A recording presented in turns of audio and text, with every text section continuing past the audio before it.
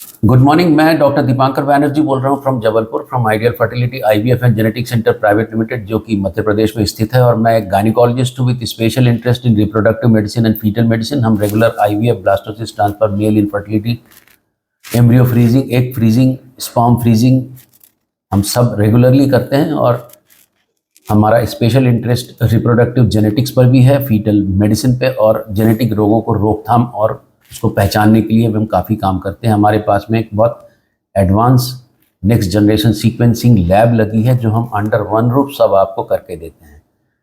मैं देवेंद्र जी से अनुरोध करता हूँ, बाकी क्वेश्चंस लेके आगे बढ़ते हैं। Sir please advice, ovum pickup के पहले क्या हस्बैंड का सीमेन फ्रीजिंग करवाना जरूरी होता है?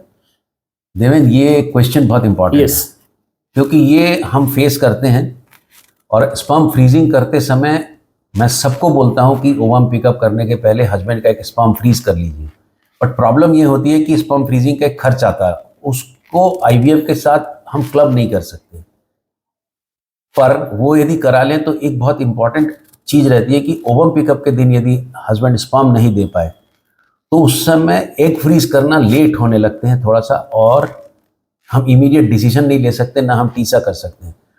हमेशा स्पर्म फ्रीजिंग करा लेना ओवम पिकअप के पहले बहुत सेफ रहता है और करा लेना चाहिए। सर इसे थोड़ा और डिटेल में एक्सप्लेन कर दीजिए। जब एग फ्रीज करते हैं तो क्या प्रॉब्लम्स जाती हैं बाद में? प्रॉब्लम ये होती है कि जब आपने आईवीएफ कर लिया, आपने एग्स निकाल लिए।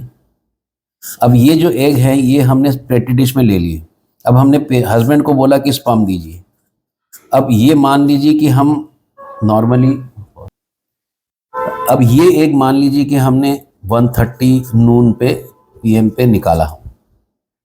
अब उसको यदि स्पर्म देने में टाइम लगा और ये 4 से 5 बज गया, तो ये जो एक फ्रीजिंग करना, अब इसके बाद डिसीजन लेना, ये जो 4 घंटे 5 घंटे का जो डिले होता है, उसमें चूंकि ये डिन्यूडेड एग है, इसमें डेथ होने का, इसमें डीजेनरेशन होने का, मतलब खराब होने का चांस बढ़ जाता है।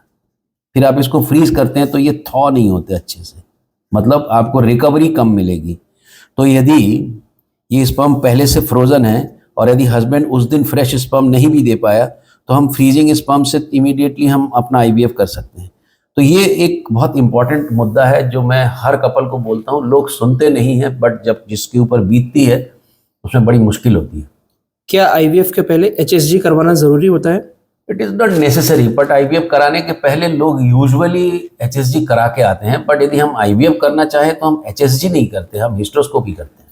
क्या आईवीएफ और नेचुरल प्रेगनेंसी में दोनों बेबी की ग्रोथ सेम होती है? ऑलमोस्ट सेम होती है। आपको वैसे ही केयर करना पड़ता है, और आपको कोई ऐसा स्पेशल कोई अलग से नहीं होता है कि आईवीएफ का बच्चा कैसा ग्रो करेगा और नेचुरल का कैसा ग्रो करेगा। यदि आप किसी को दिखाते हैं और नहीं बताते हैं कि ये आईवीएफ की प्रेगनेंसी है, तो सामने वाले गायनिक को कभी समझ में नहीं आएगा कि ये नेचुरल प्रेगनेंसी है कि आईवीएफ है। तो वो बच्चे का वैसे ही ध्यान रखना चाहिए जैसे एक नेचुरल में रखते हैं और आईवीएफ में रखते हैं।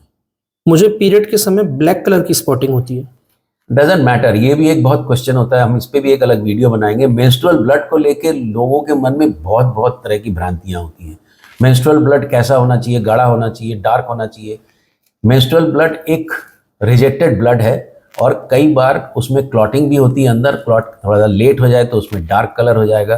तो ये सब चीज़ें का कोई मतलब नहीं होता। यदि आप पैड इस्तेमाल करते हैं, यदि आप 1 दिन के लिए भी पीरियड से रहते हैं, यदि आप 21 दिन से 35 दिन के इंटरवल में मेंसेस आता है, बट आप यदि दिन में 4-5 पैड इस्तेमाल करते हैं और 6-7 दिन भी पीरियड चलता है, तो जरूर दिखाना चाहिए। पीरियड के कलर से बहुत फर्क नहीं पड़ता। क्या आईवीएफ में वजन का कोई रोल है? मेरा वेट 96 kg। बिल्कुल, बहुत बहुत बहुत बड़ा रोल है।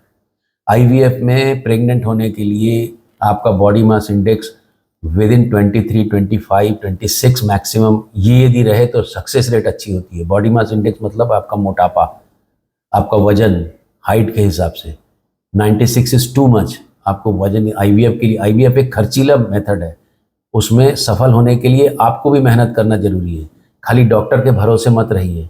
डॉक्टर आपको हमेशा बोलेगा अपना वजन घटाइए। इंग्लैंड जहाँ पर फ्री में आईवीएफ सरकार करके देती है, यदि आप ओवरवेट हैं तो वो आपका आईवीएफ करेंगे ही नहीं, क्योंकि उनको मालूम है इतना खर्च करने के बाद ये प्रेगनेंसी, यदि प्रेग्नेंट होती भी हैं तो भी अबॉर्शन होने का खतरा रहता है। सुनने और जुड़ने के लिए बहुत बहुत धन्यवाद। प्लीज़, अच्छा लगता है यदि कंटेंट तो प्लीज़ चैनल को सब्सक्राइब करिए, शेयर करिए और हम क्वेश्चंस ऐसे ही भेजते रहिए। फिर से सबको जुड़ने और जो सुनने के लिए बहुत बहुत धन्यवाद।